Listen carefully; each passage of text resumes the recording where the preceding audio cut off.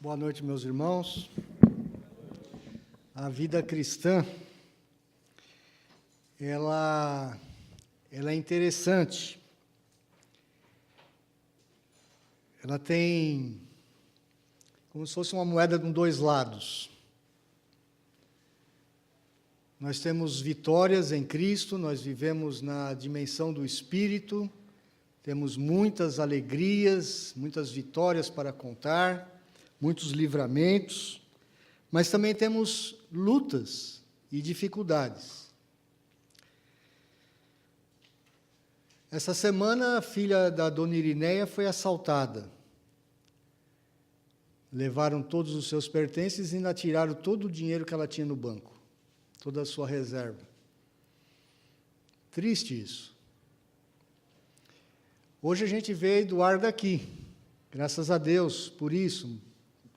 Começa uma vida diferente, um pouco com algumas dificuldades, mas ela está ali, ó, sorridente. Esteve lá no hospital toda animadinha, fazendo os desenhos. Graças a Deus pela Eduarda, e que Deus os abençoe os pais com graça, para que possam passar pelas lutas que estão já enfrentando, né? Hoje foi Dia dos Pais. Foi, não é, né? Não terminou o dia. E muitos de nós tivemos dias felizes, porque convivemos ou com os nossos filhos, netos, alguns têm pais vivos ainda e puderam curtir esse dia, outros talvez não. Hoje, inclusive, aconteceu algo inusitado nem tanto. A minha esposa, ela diz que ela tem dois pais. Tem o pai biológico dela, que está vivo, e a quem ela ama muito, e ela tem um pai adotado, ela adotou um pai, que é o seu Moacir, que foi diácono da igreja de Vila Maria muitos anos. Um homem especial, meus irmãos. Quem teve o privilégio de conhecer seu Moacir como eu tive, hoje é um dia realmente muito emocionante, porque ele faleceu nessa manhã. E a minha esposa foi, inclusive, para Vila Maria. Agora, ela nem ia para Vila Maria hoje, ela não tem coral, nada, mas foi para lá para ver o seu segundo pai. E realmente, seu Moacir era uma bênção. E a vida cristã é assim, meus irmãos. É alegria e tristeza ao mesmo tempo. E por que é assim?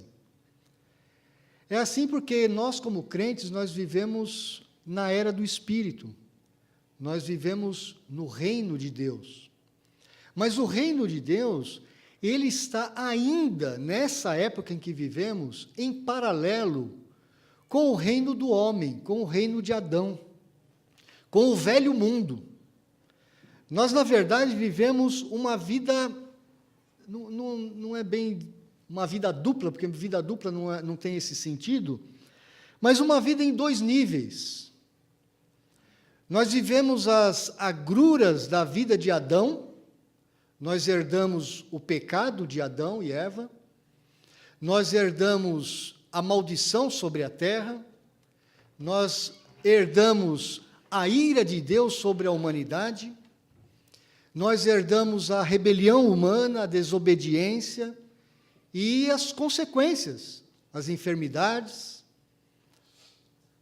as limitações, os desentendimentos, todos os efeitos do pecado sobre as nossas vidas. Essa é uma realidade que nós enfrentamos. Alguns encontraram emprego essa semana, outros perderam emprego essa semana. Alguns ainda estão lutando por emprego. E é assim.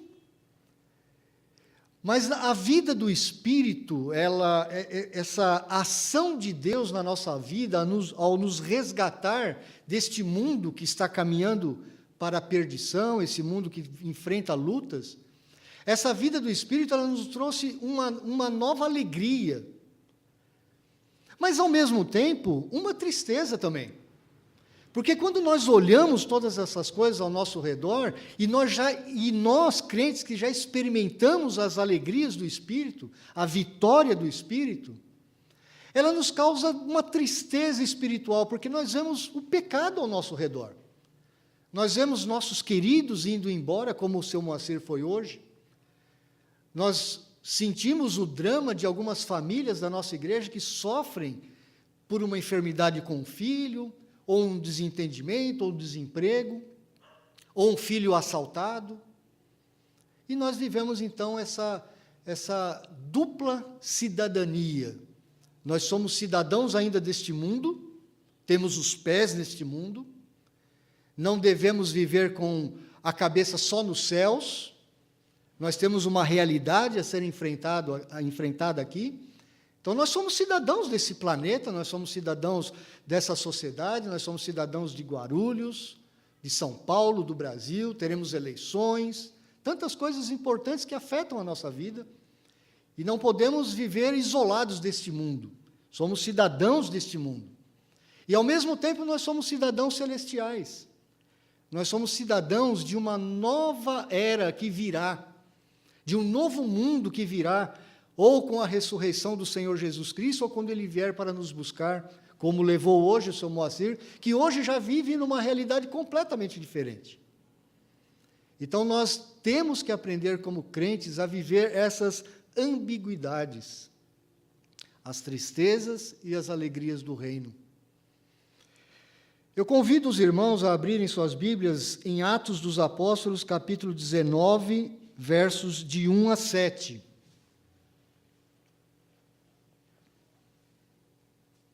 E esse texto tem muito a ver com essa introdução que eu lhes dei agora. Atos capítulo 19, verso de 1 a 7. Antes de nós lermos, eu quero orar com a igreja. Ó Deus, nós nos prostramos diante da Tua grandeza e diante da Tua majestade, reconhecendo a Tua soberania, o Teu poder, reconhecendo que o Senhor é Rei soberano sobre o mundo, sobre a terra, sobre os mares, sobre os mundos espirituais, os mundos invisíveis. Sabemos que o Senhor é o Criador de todas as coisas, porque a Tua palavra assim testifica. Nós nos prostramos diante da Tua grandeza, porque Tu és merecedor, o único, digno de receber a nossa adoração e o nosso louvor. Nós nos prostramos diante da Tua santidade, diante da Tua pureza. Ficamos encantados, ó Deus, com tamanho amor, tamanha santidade, tamanha pureza que nos constrange, porque nós somos homens com pés de barro.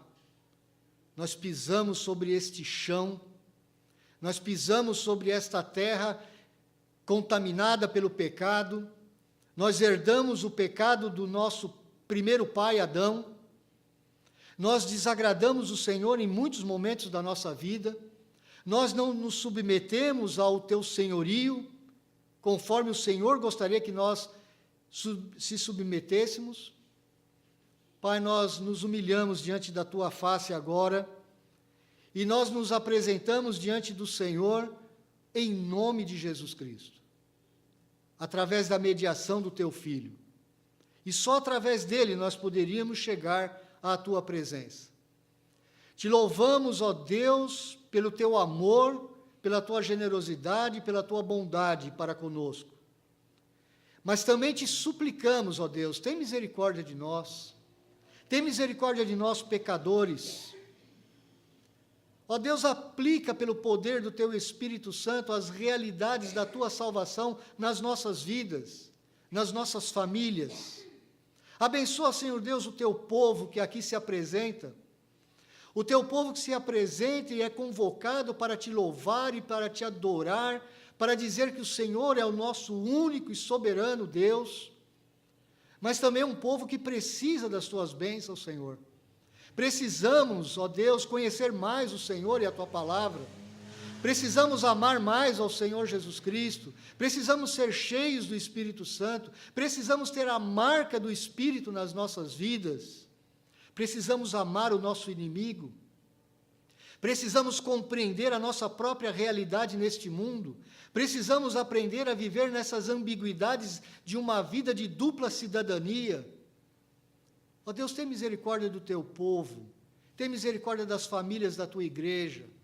Abençoa aqueles que sofrem hoje, ó Deus, a perda de um ente querido, ou a saudade de um pai que se foi. Abençoa, Senhor Deus, aqueles que estão passando por necessidades financeiras, aqueles que estão precisando de um emprego, aqueles que tiveram seus bens furtados, aqueles que passaram por traumas, por lutas emocionais. Tem misericórdia da tua igreja, Senhor Deus. Abençoa as nossas casas. Abençoa os nossos casamentos. Abençoa, Senhor Deus, dá-nos uma santidade no nosso casamento, no nosso lar. Abençoa, Senhor Deus, a nossa convivência com os nossos filhos. Abençoa, Senhor Deus, o teu povo com bravura, com coragem para enfrentar a semana difícil, dura.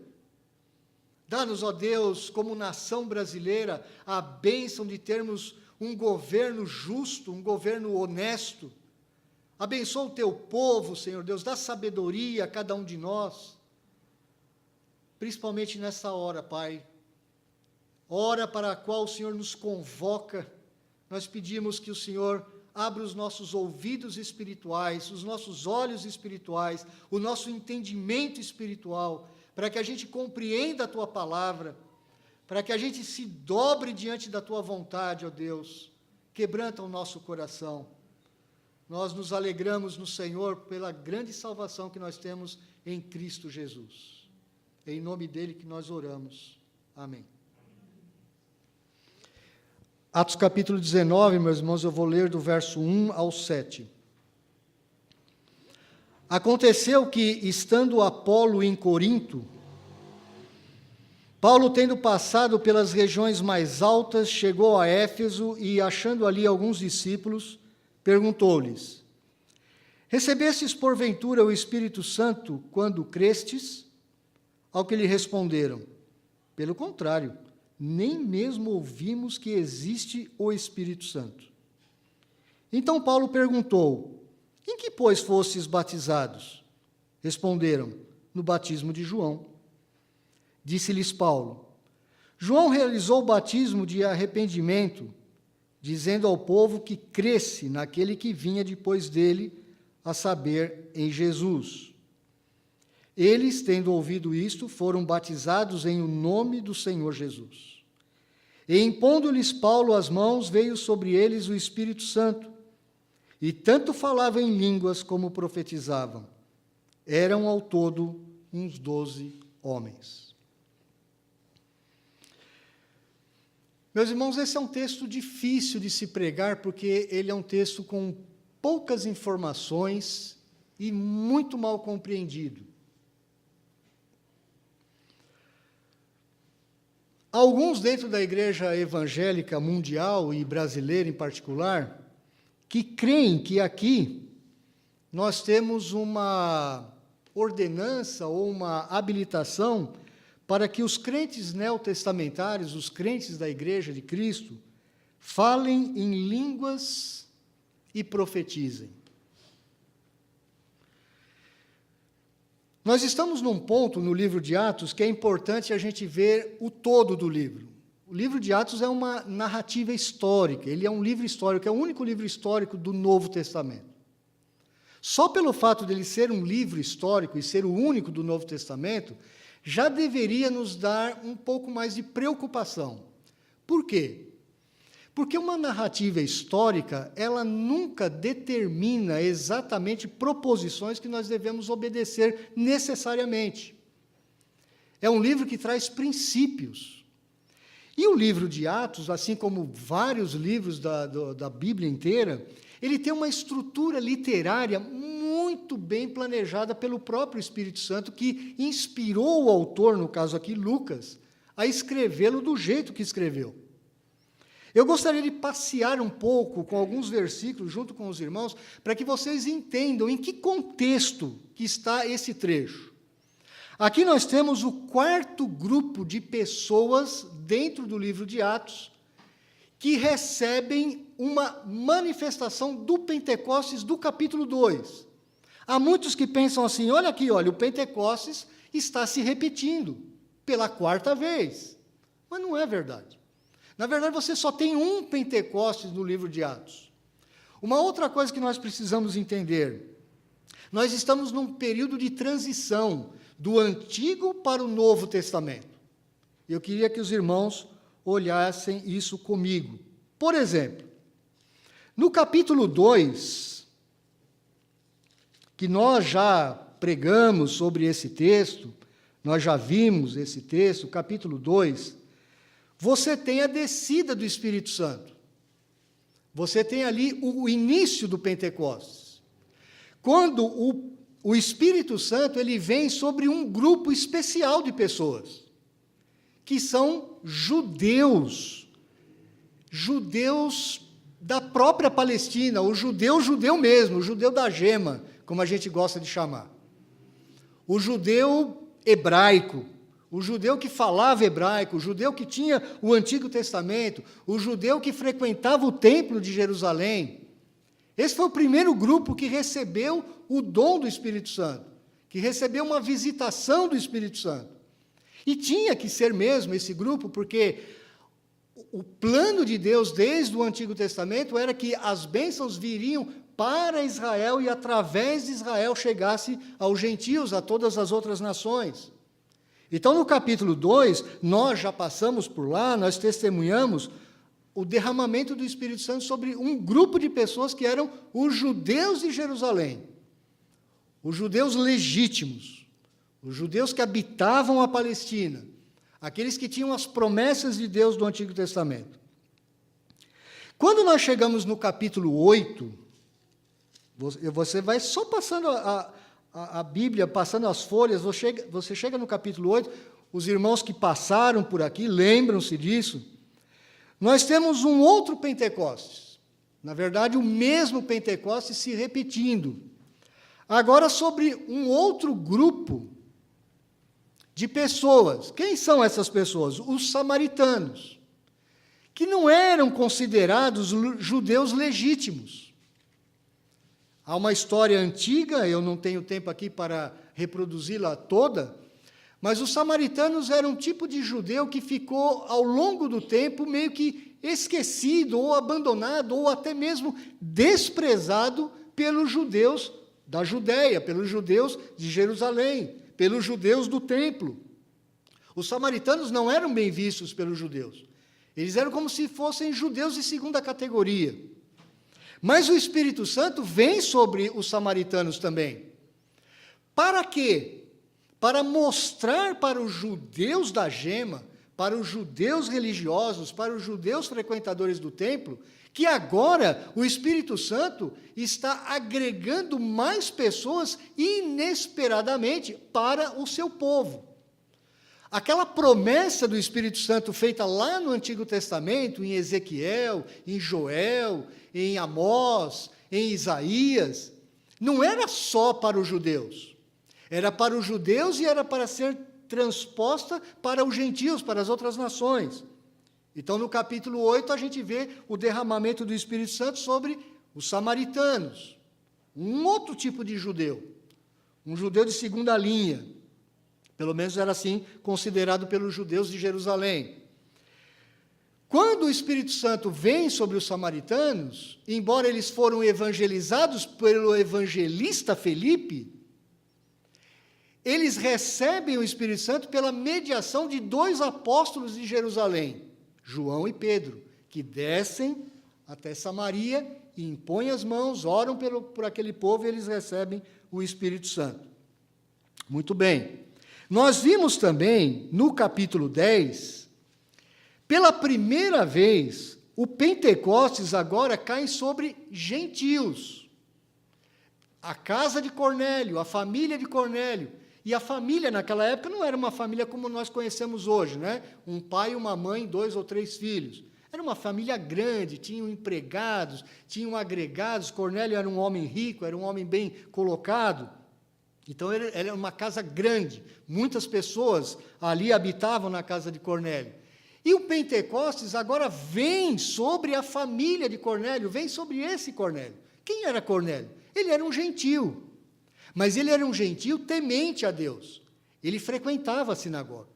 Ele não era circuncidado, Ele não podia entrar no templo, em alguns locais do templo, ele não podia. Ele não guardava o sábado necessariamente. Então, o Pentecostes vem sobre Cornélio, um gentio, pela primeira vez. Um gentio temente a Deus. Quem ora por ele e pela família? O apóstolo Pedro. Agora, pela quarta e última vez, ou quarto e último grupo, no capítulo 19, você vai ver o Espírito Santo sendo derramado novamente pelo quarto grupo de pessoas. E quem são essas pessoas? Quem são esses cerca de 12 homens que foram batizados, que conheciam o batismo de João? Eles eram gentios, ou talvez judeus da dispersão. Eles recebem também o Espírito Santo. E fecha por aí, e você não vai ver mais nenhum relato em todo o Novo Testamento de um grupo recebendo o Pentecostes. Então, o Pentecostes, ele se encerra aqui no capítulo 19. Isso é muito importante para que a gente esteja entendendo o que Lucas está mostrando para nós. Ou seja, o Espírito Santo, não só o Evangelho, ele está se expandindo de Jerusalém, Judéia, Samaria e para todos os confins da terra, como se fosse uma espiral com um centro, mas o Espírito Santo também está sendo derramado dessa forma. Ele vem para um grupo de judeus, da Gema, os samaritanos, os gentios da casa de Cornélio, e agora para esse grupo estranho de 12 discípulos de João Batista, que estavam ali na Ásia.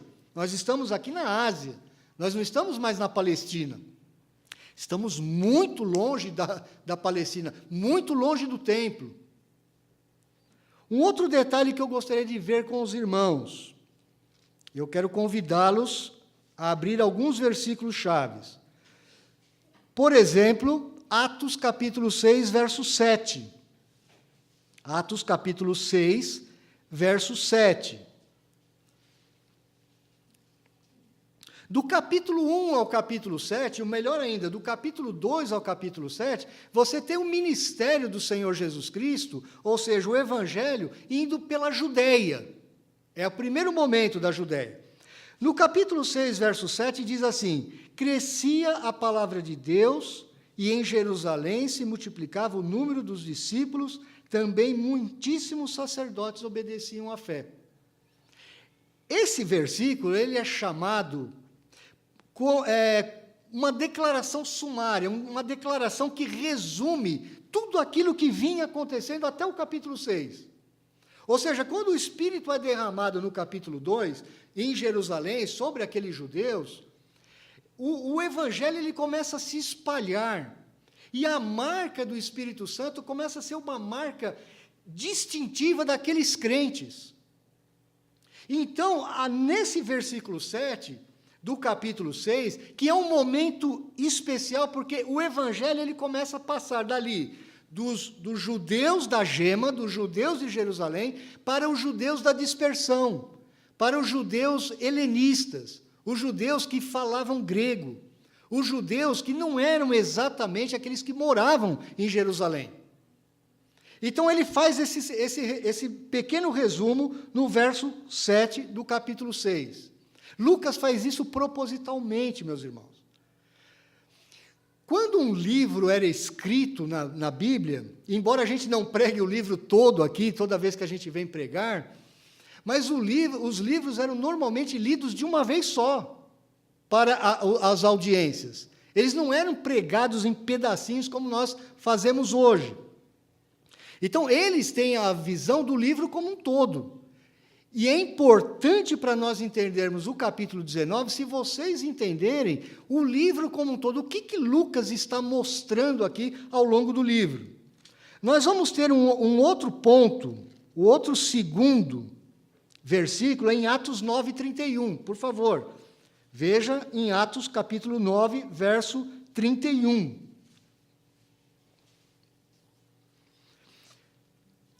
Do capítulo 6, verso 7 até 9:31, o que aconteceu? O Evangelho ele se espalhou pela Judéia e pela Samaria. Ele se espalhou. Ele saiu da região de Jerusalém. E aí há a conversão do grande apóstolo Paulo, que se chamava Saulo. Há uma conversão aqui extraordinária. Depois da conversão de Saulo, no verso 31 do capítulo 9, o que você lê aí? A igreja, na verdade, tinha paz por toda a Judéia, Galiléia e Samaria, edificando-se e caminhando no temor do Senhor e no conforto do Espírito Santo, crescia em número. Esse é o segundo resumo, ou a segunda declaração sumária, a declaração que resumia aquilo que estava acontecendo. O que Lucas está querendo nos mostrar aqui? Olha, o Espírito Santo ele está expandindo a igreja. Mesmo com o apóstolo Paulo, que era o Saulo que perseguia a igreja, essa perseguição ela começa justamente lá no capítulo 6, para o capítulo 7, com a perseguição sobre Estevão. O que Lucas está querendo nos mostrar? Olha, Deus está cuidando da sua igreja, e a marca do Espírito Santo é uma marca distintiva sobre a sua igreja. E a igreja está crescendo, a igreja está se expandindo. Mas continua. Nós temos uma terceira marca, capítulo 12, verso 24, por favor.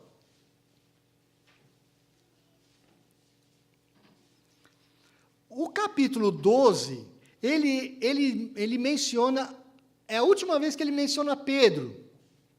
Ele está terminando o ministério de Pedro, se encerra por ali.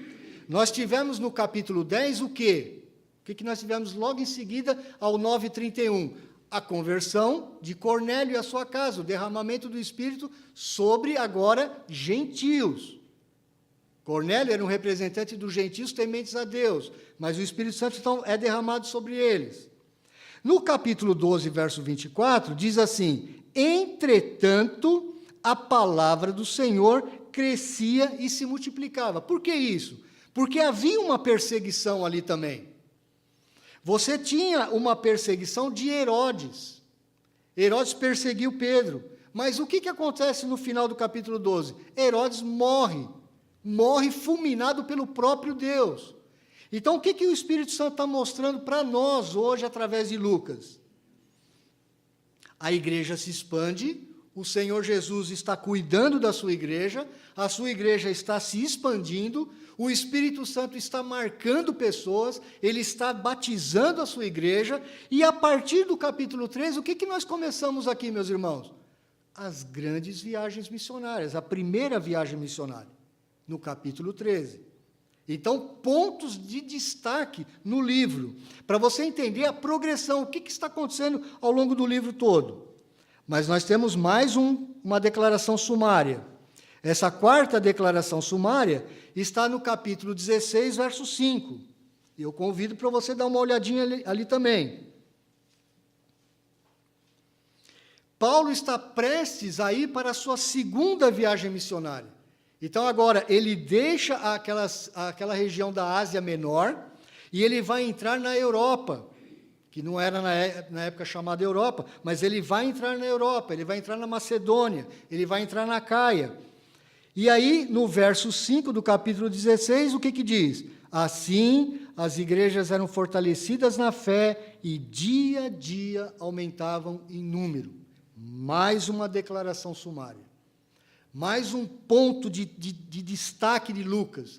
Ele está mostrando que naquele ponto, dali para frente, vão acontecer as coisas muito parecidas com o que aconteceram antes. O Espírito Santo vem, ele converte Lídia, por exemplo, Lídia é convertida. Lídia é batizada com o Espírito Santo. Ela crê e ela é batizada com o Espírito Santo. Só que detalhes nós temos dessas conversões individuais? Você não vê ninguém falando em línguas e profetizando. Você não vê o próprio Paulo, que a gente sabe que falava em línguas, mas você não vê relato de Paulo falando em línguas. Nenhuma vez.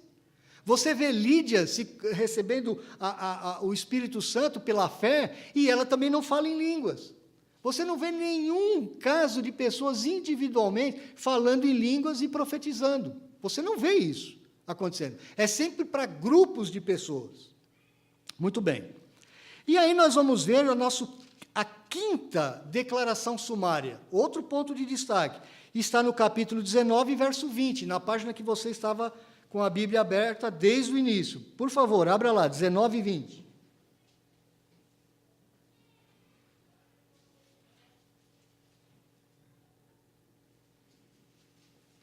Esse é a quinta declaração sumária. O que diz lá? Assim, a palavra do Senhor crescia e prevalecia poderosamente. Mas o que estava acontecendo ali em volta? Gentios na Ásia, em Éfeso, foram batizados com o Espírito Santo também. Mais um grupo de pessoas.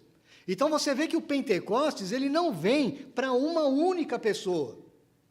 O Pentecostes, ele vem para grupos definidos de pessoas, mostrando que o Evangelho está se expandindo.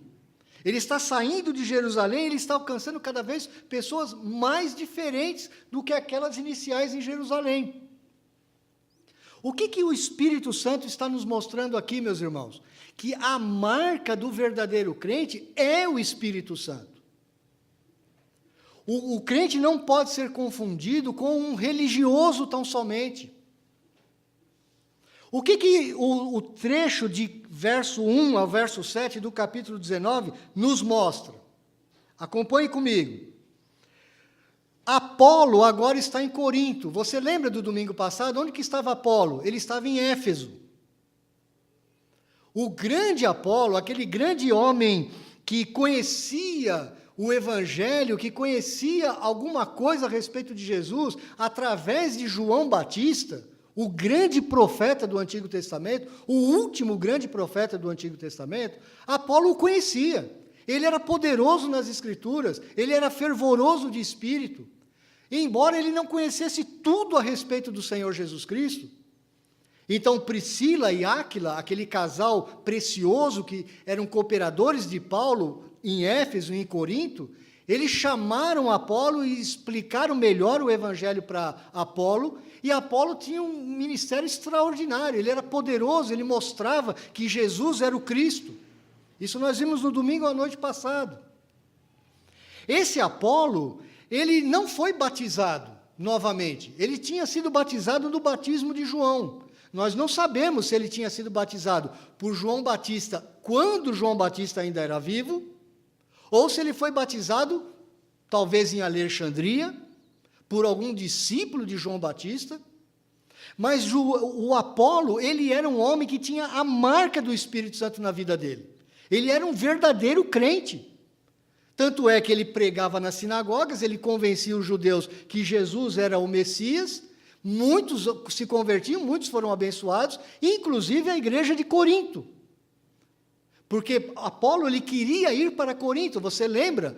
O Apolo era um erudito, ele era um orador, ele era um homem poderoso na palavra, ele era formado em Alexandria, ele talvez conhecesse uma interpretação alegórica das Escrituras, por isso Priscila e Áquila o chamam e explicam melhor para ele qual é a verdadeira face do Evangelho de Jesus Cristo, talvez expliquem para ele a respeito do Espírito Santo, da nova era, do reino de Deus que chegou. E Apolo, então, vai para Corinto. Ele está agora exercendo seu ministério em Corinto, e nós sabemos que ele exerceu um grande ministério em Corinto. Tanto é que muitos crentes de Corinto falavam assim, eu sou de Apolo, eu sou um seguidor de Apolo. Porque Apolo era um homem realmente bastante cativante, influente, tinha carisma, tinha conhecimento. Muito bem. Agora Apolo está em Corinto, e Paulo, tendo passado pelas regiões mais altas, chegou a Éfeso e achando ali alguns discípulos, chegou a Éfeso. Da onde que ele vem? Lembram-se que eu falei no domingo passado? Ele foi para aquela região da Galácia. Ele vem por uma região montanhosa onde ficava Antioquia da Psídia. E ele desce essa cadeia de montanhas e chega em Éfeso, que Éfeso ficava na capital da Ásia, mas do lado leste. Era a grande capital da província da Ásia. Era uma cidade importante. Éfeso era uma cidade que ela tinha uma riqueza muito grande e era baseada em 2 pontos, a sua riqueza, em duas bases. Primeiro, Há anos antes do que está acontecendo aqui, nós estamos por volta do ano 53 aqui, da nossa era, Éfeso tinha um grande porto. Ele era um centro comercial importantíssimo na antiguidade. Ele ligava o comércio todo da Europa com o comércio da Ásia. Ela fazia a ligação. Só que por questões de mau uso do solo, de mau uso dos recursos, do próprio terreno em torno do porto, esse porto ele foi perdendo a sua importância porque o rio ali ele virou um lodo. Nós tivemos um assoreamento ali muito grande no rio. Então, quando Paulo chega aqui em Éfeso, a cidade de Éfeso ela estava em começo de decadência. E os habitantes de Éfeso estavam preocupados com isso, porque o rendimento da cidade vinha caindo. Não estava de todo acabado ainda, isso vai acontecer cerca de 100 anos depois, ou 50 anos depois. Mas a qualidade de vida dos efésios vinha caindo, gradativamente, e eles estavam preocupados com isso. Mas você tinha uma segunda base para a economia de Éfeso, e qual era? O grande templo da deusa Diana, ou Artemis, como você achar melhor. Esse templo, meus irmãos, ele foi considerado uma das 7 maravilhas do mundo antigo. Era um templo gigantesco. Sabe o Partenon, lá da Grécia, que eu falei aqui quando preguei sobre quando Paulo esteve em Atenas? Era um grande monumento. O templo da deusa Diana, ou Diana, era 5 vezes maior do que o Partenon grego. Era uma coisa assim extraordinária, você via de muito longe. E o comércio de pequenos deuses, vamos chamar de bijuterias religiosas em Éfeso, era enorme. Quem estava sustentando a economia aqui em Éfeso agora era a religião da deusa Diana, ou Ártemis, para os gregos. E Paulo chega, então, nessa cidade. Quem que ele encontra ali? Alguns discípulos. Esse texto é um texto difícil, meus irmãos, porque ele não dá muitos detalhes para a gente. Então, você tem que descobrir, por exemplo, todas as vezes que Lucas usa a palavra discípulos, ele está se referindo a quem?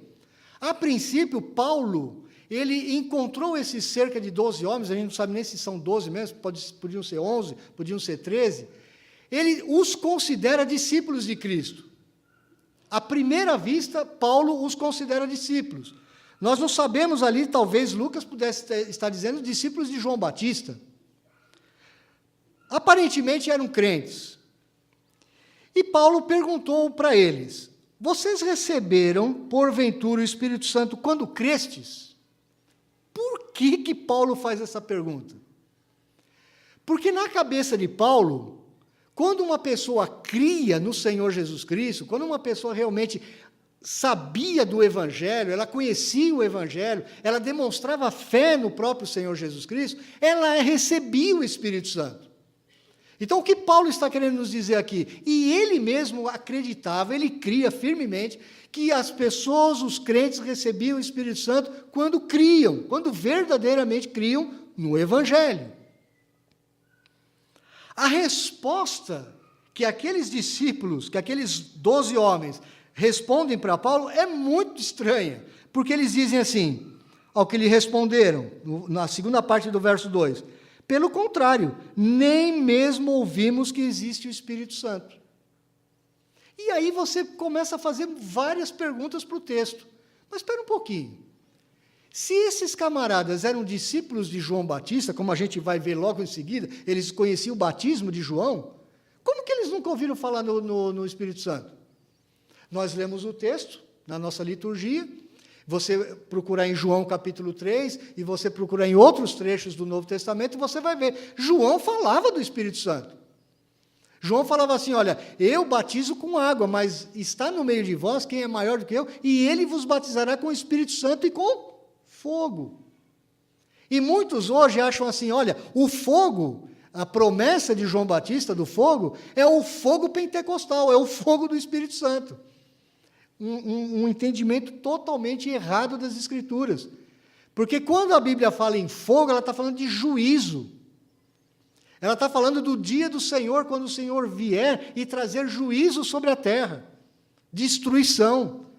O fogo do Espírito Santo, nesse caso aqui, quando o João está falando, ele vai batizar com o Espírito Santo e com fogo, ele está falando dois momentos na história da redenção.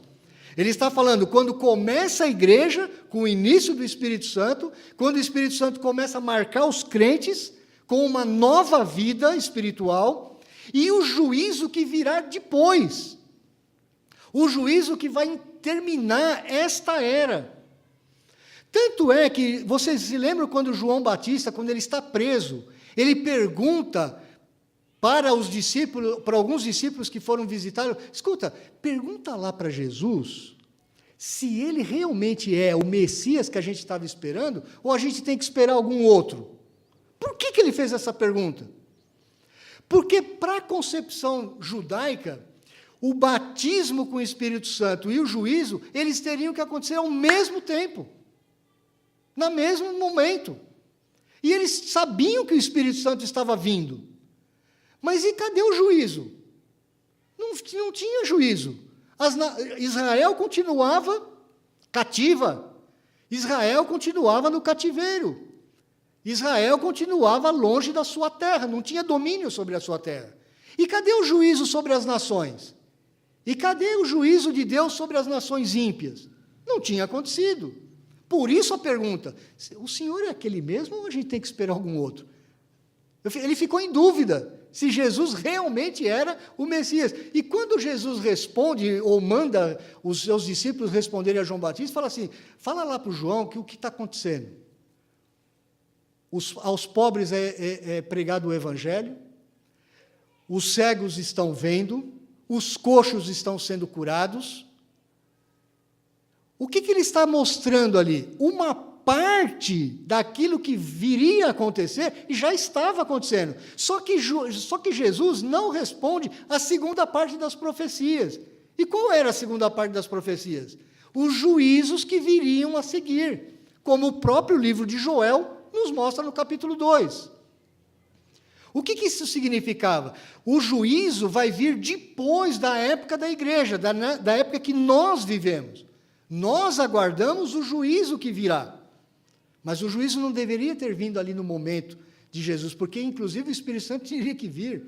O Espírito Santo teria que marcar os crentes, marcar a sua igreja. Essa era a agenda de Deus, não era a agenda dos judeus. Mas eles dizem, nós não ouvimos falar que existe Espírito Santo. Essa é a resposta. Olha, a gente nem ouviu falar que existe Espírito Santo. Então, que tipo de discípulo era esse de João Batista? Porque João Batista falava do Espírito Santo, e tem mais. O Antigo Testamento fala do Espírito Santo. Então, como é que você é um discípulo de João Batista e você diz que não sabe nada a respeito do Espírito Santo? Então, o que significa? Que aqueles discípulos não eram crentes. Eles eram até seguidores, eles talvez estivessem seguindo a Paulo, mas eles não eram verdadeiramente convertidos, eles não tinham a marca do Espírito Santo. O que é interessante, que veja bem no verso 3, Paulo então perguntou para eles, em que, pois, fostes batizados? Por que Paulo faz essa pergunta? Mas espera aí, vocês não receberam o Espírito Santo, então, quando vocês creram. Porque na cabeça de Paulo eles eram, a princípio, crentes, discípulos de Jesus Cristo. Em que batismo vocês foram batizados, então? E eles respondem, no batismo de João. Nós não sabemos se eles foram batizados por João Batista ou por algum discípulo de João Batista. O que é importante nós entendermos, meus irmãos, que João Batista ele era uma figura extremamente importante na concepção judaica. Ele foi o último grande profeta do Antigo Testamento. Se algum dia lhe perguntarem qual foi o último grande profeta do Antigo Testamento, e você responder Malaquias, você errou. Não é Malaquias, é João Batista. Ele é o grande profeta, ele é o último profeta do Antigo Testamento. E por quê? porque ele estava preparando o caminho do Messias que viria. João Batista tinha discípulos para todo lado. Você vai encontrar, inclusive, seitas que seguiam João Batista até o século IV da nossa história. Você tinha grupos seguidores de João Batista no século IV. Nós estamos aqui no ano 53 só. João Batista, ele teve um ministério assim extraordinário na Palestina. Você às vezes não percebe isso, por quê? Porque o próprio Senhor Jesus é muito maior que João Batista. E o próprio João Batista falou assim, é mister que eu diminua e que ele cresça. Porque ele é o Messias, ele é o Salvador, ele batiza com o Espírito Santo. Ele é o verdadeiro Deus entre nós. Ele é o Deus encarnado. Não era para João Batista ser tão visível assim naquele momento. Ele era aquele que apontava para o Senhor Jesus Cristo. Mas João Batista foi um grande profeta, meu irmão. Você não pode perder isso de vista. E haviam muitos seguidores de João Batista para todo canto daquele mundo. Inclusive em Éfeso. Aqui a prova. 12 homens que falaram assim, olha, a gente só conhece João Batista. E nós somos batizados no batismo de João Batista. Veja a diferença. Esse texto, de 19, de 1 a 7, ele está ligado com o texto da semana passada. É que o texto da semana passada tinha muita coisa para passar e não tinha como pregar tudo ao mesmo tempo. E aqui a ideia de Lucas já é outra. Ele está mostrando o contraste. Apolo, ele também só conhecia o batismo de João, mas ele conhecia as Escrituras, ele sabia quem era Jesus e ele pregava no poder do Espírito Santo. Ele era crente, ele não foi batizado novamente.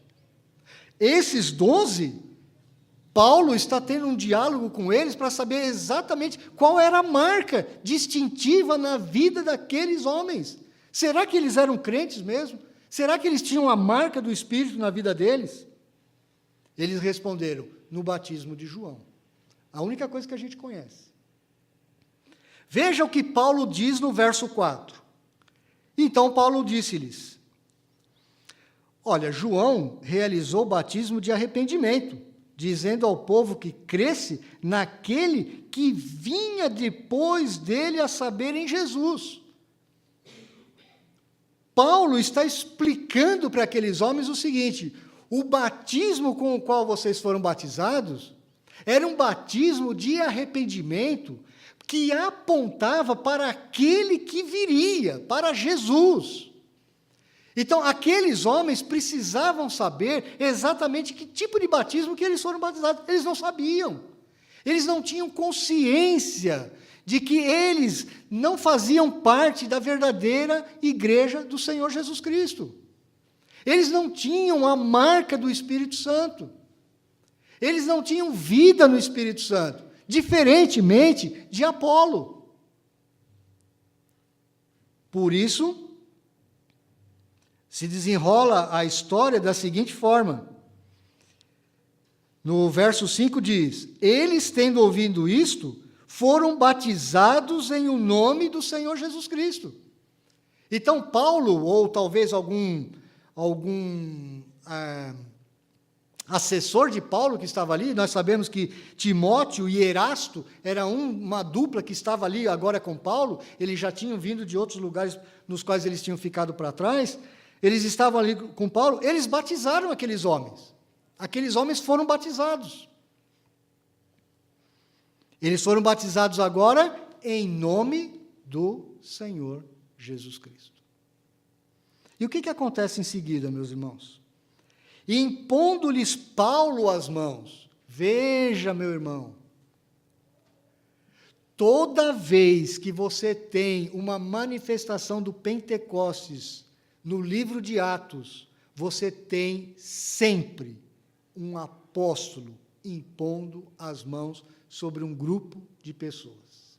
Sempre. Filipe evangelizou a Samaria, mas na hora que os samaritanos receberam o Espírito Santo, só receberam pela ministração apostólica de Pedro e João. Por que tinha que ser assim? Porque é a marca da verdadeira igreja. Ela é apostólica. Ela está fundada no fundamento dos apóstolos, que são seguidores do Senhor Jesus Cristo, que tinham autoridade do próprio Senhor Jesus Cristo para impetrarem a bênção, as mãos, trazendo bênçãos espirituais para os crentes da igreja. Então, enquanto que no verso 5 você não é dito quem batizou aqueles homens, pode ter sido Paulo, pode não ter sido Paulo, talvez eu creio que provavelmente não foi Paulo, porque Paulo em outras cartas fala assim, olha, eu não batizei muita gente, exceto Crispo e Gaio. Paulo batizou muito pouca gente. Ele não era uma pessoa que estava ali para batizar. Mas no verso 6 é muito claro, impondo-lhes Paulo as mãos. Foi Paulo, não foram os assessores de Paulo, como nos outros momentos. Então você tem o Pentecostes aqui novamente sendo repetido para aquele grupo de 12 homens, e diz o texto no verso 6, veio sobre eles o Espírito Santo, e tanto falavam em línguas como profetizavam. É a última vez que você vê um grupo de crentes tendo uma manifestação do Pentecostes. Por que isso, meu irmão? Porque o Novo Testamento, ele estava prestes a ser terminado, ele vai terminar no final do primeiro século. Terminando o Novo Testamento no final do primeiro século, você não precisava ter mais nenhuma revelação especial. Nós estamos aqui num momento de transição do Antigo para o Novo Testamento. É estranho eu falar isso para vocês, porque eu sei que vocês ouviram a vida toda na escola dominical que Antigo Testamento é até Malaquias. E de Mateus para frente é Novo Testamento. Mas você tem que entender que testamento depende da morte do testador. E o Novo Testamento ele começa com a ressurreição do Senhor Jesus Cristo. Porque só o Senhor Jesus Cristo sendo ressuscitado dentre os mortos, e ele sendo aceito pelo Pai, ele derrama o Espírito Santo sobre a sua igreja. E aí começa a verdadeira igreja. A marca do crente, desde então, é a presença poderosa do Espírito Santo na vida dele. E não necessariamente falando em línguas e profetizando, porque aquilo eram momentos para a formação do Novo Testamento. Você não vai ver em nenhum outro lugar Pentecostes, em nenhum outro lugar, e nem na história da igreja.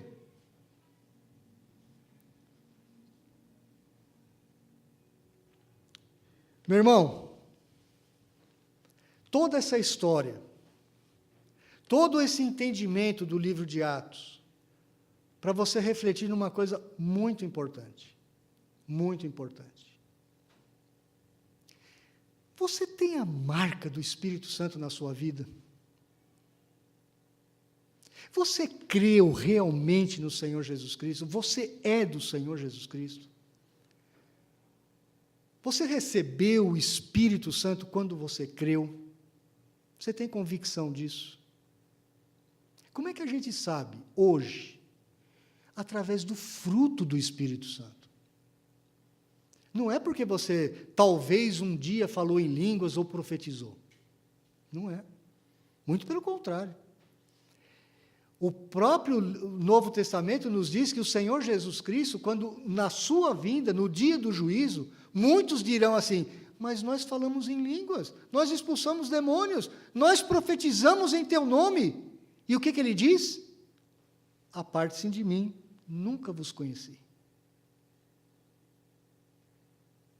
Dons espetaculares, dons miraculosos, como esses que o Espírito Santo promoveu legitimamente no livro de Atos, eles nunca foram evidências para nós, igreja, hoje, de que você foi batizado com o Espírito Santo.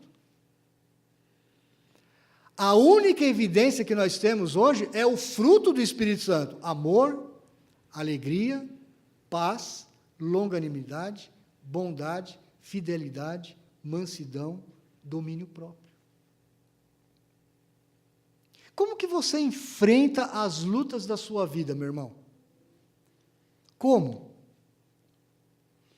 Quando você está diante de uma grande dificuldade, diante de talvez muros que pareçam para você intransponíveis, quando a doença, quando a enfermidade, quando o desemprego, quando as lutas do dia a dia chegam na sua vida, como você enfrenta? Com que armas você luta? O que vai no seu coração? Que tipo de fé que você tem? Você reage como as pessoas no mundo reagem? Você entra em desespero? Você reclama da vida? Você murmura? Você blasfema? Você usa as mesmas ferramentas que o mundo usa? As mesmas lutas carnais? Para não dizer alguns forças demoníacas? Forças espirituais malignas para tentar resolver os seus problemas? Com quais lutas, com quais ferramentas, com quais armas você luta? Eu não estou dizendo que você é perfeito, como ninguém é aqui dentro dessa sala. Nós nem sempre nós reagimos bem às situações adversas da nossa vida. Todos nós temos as nossas falhas. Mas o que eu estou lhe perguntando é, normalmente na sua vida, qual é a marca do Espírito Santo na sua vida? Qual é a marca do Espírito na sua vida, meu irmão? Qual é o fruto do Espírito que você evidencia para a sua família, para as pessoas que trabalham com você, para a sua esposa, para o seu esposo? Que fé que você exerce? Você talvez é como Apolo ou como esses 12 homens que nem mesmo ouviram falar sobre o Espírito Santo? Como eu disse no início, nós vivemos hoje numa ambiguidade, porque você é um cidadão celestial se você é crente. Não é que você é perfeito. Você não é impecável. Você é um pecador redimido pela graça. Mas você tem que ter as marcas do Espírito na sua vida. Você tem que ter uma vida que demonstre realmente que você tem fé, que você crê, que você passa por lutas. Como o nosso irmão diácono Moacir. O seu Moacir não teve uma vida fácil a vida toda, não. Teve lutas, muitas lutas. Conheço o seu Moacir há quase 40 anos. Muitas dificuldades. Um homem de Deus. Um homem diferente de Apolo. Até não tinha muito conhecimento, não. Mas um homem nas suas atitudes crente, que no meio das lutas enfrentava com amor, com alegria, testemunhando, sempre amoroso, sempre servindo.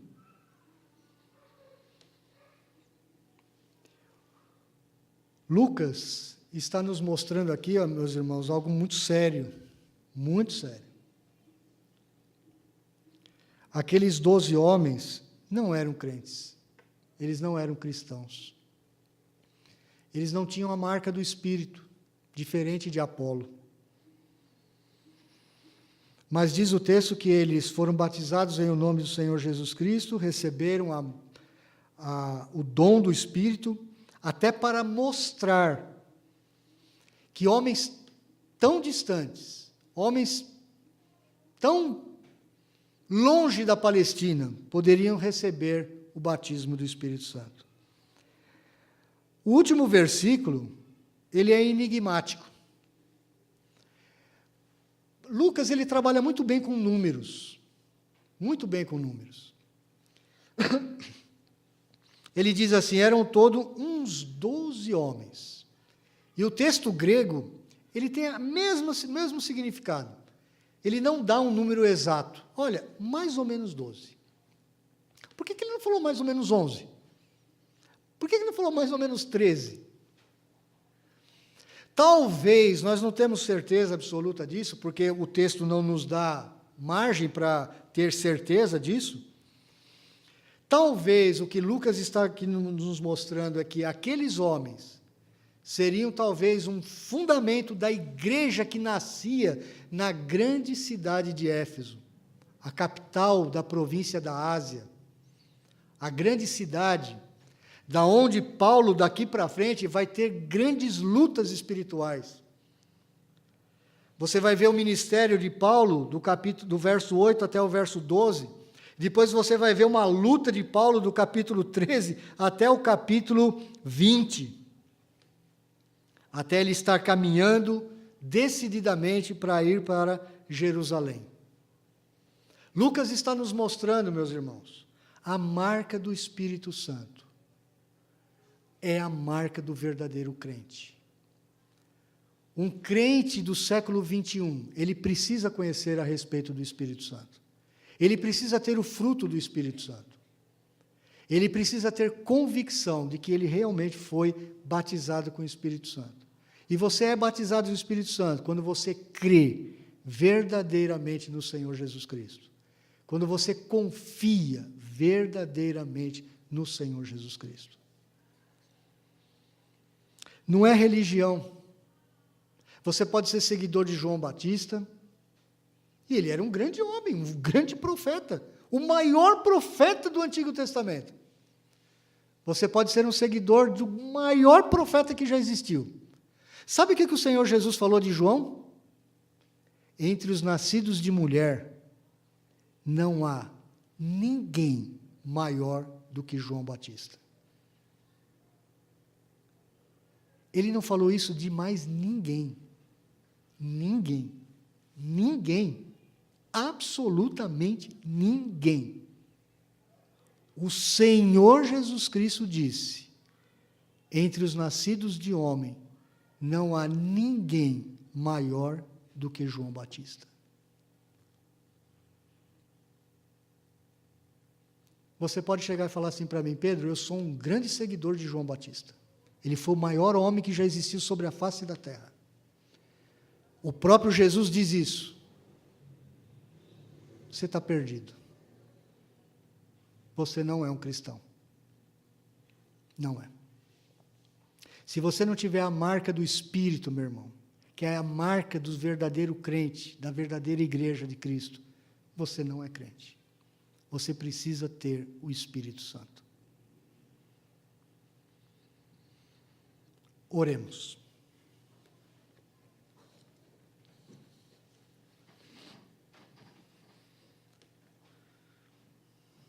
Pai amado,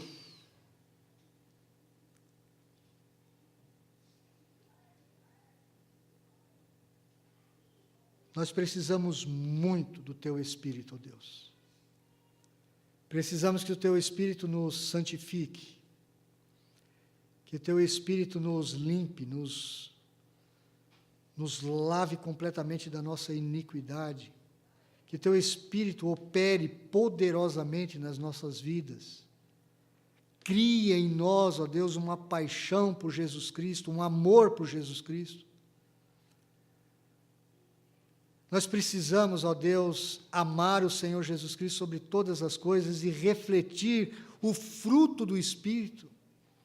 Amor, alegria, paz, longanimidade, bondade, fidelidade, mansidão, domínio próprio. Nós precisamos ter esse reflexo da própria vida de Jesus Cristo em nós. Precisamos que o Teu Espírito nos convença do pecado, da justiça e do juízo. Do pecado, porque realmente nós somos pecadores e precisamos da Tua graça. Da justiça, porque precisamos compreender que por nós mesmos, nós não estamos adequados à Tua vontade, à justiça revelada na Tua lei. Nós estamos perdidos, quebrados.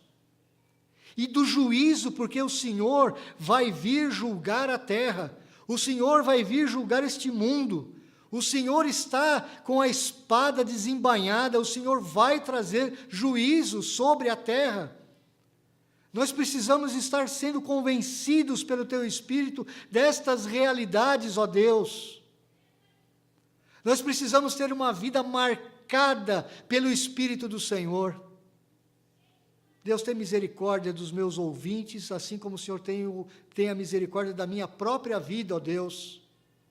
Tem misericórdia, Deus, deste povo que ouve a Tua palavra, que acabou de ouvir o testemunho da tua palavra. Deus, nós queremos ter o mesmo privilégio daqueles 12 homens, cerca de 12 homens, que receberam do teu Espírito. Nós não queremos ser seguidores de homens, mesmo que este homem seja o maior profeta que já existiu sobre a face da terra, o João Batista. Nós não queremos ser seguidores de uma religião, nós não queremos ter um batismo nominal, nós não queremos ter um batismo que aponta para Cristo, mas que verdadeiramente não é o batismo do Senhor Jesus Cristo. Nós queremos ter, ó Deus, o verdadeiro batismo da verdadeira igreja. Nós queremos ter a marca do cidadão celestial. Nós queremos, ó Deus, viver a realidade de uma vida espiritual que é refletida na vida do Senhor Jesus Cristo. Nós queremos ser conhecidos pelo Senhor Jesus Cristo. Nós não queremos, ó Deus, e peço-te, ó Deus, misericórdia, que nenhum dos homens e nenhuma das mulheres que aqui estão nesta noite possam, no dia final, no dia de se encontrarem contigo, receberem aquela triste frase de que o Senhor nunca os conheceu. Nós queremos ser conhecidos pelo Senhor, ó Deus. Nós queremos ser conhecedores do Senhor e da Tua palavra. Nós queremos amar o Senhor sobre todas as coisas. Nós queremos ter intimidade com o Senhor e com o Teu Santo Espírito. Ó querido Deus, faz com que as marcas verdadeiras da fé estejam no nosso coração. Que nós não sejamos enganados, ó Deus, pelas várias, inúmeras religiões do homem, nem mesmo pelas religiões chamadas evangélicas, nem mesmo pelo falso evangelho, nem mesmo, ó Deus, pela religiosidade, mas que nós tenhamos verdadeiramente a marca do Espírito nas nossas vidas. Querido Deus, nós te pedimos isso, baseados na misericórdia do Senhor, baseados, ó Deus, no poder da Tua palavra, baseados, ó Deus, na nossa dependência total e exclusiva da Tua graça e da Tua misericórdia. Alcança, Senhor Deus, este povo, a cada um de nós, com a Tua graça, com a Tua misericórdia. Convence, Senhor, convence do pecado, da justiça e do juízo. Convence, ó Deus, a cada coração da nossa necessidade urgente, desesperadora, desta marca distintiva do Espírito Santo na nossa vida. Que a gente possa refletir, ó Deus, o fruto agradável, o aroma de Cristo nas nossas vidas. Dá-nos confiança, mesmo num mundo de trevas, num mundo de enfermidade, num mundo de morte, num mundo maltratado pelo pecado. Dá-nos vitória, Senhor Deus, sobre as circunstâncias. Nós oramos em nome de Jesus Cristo.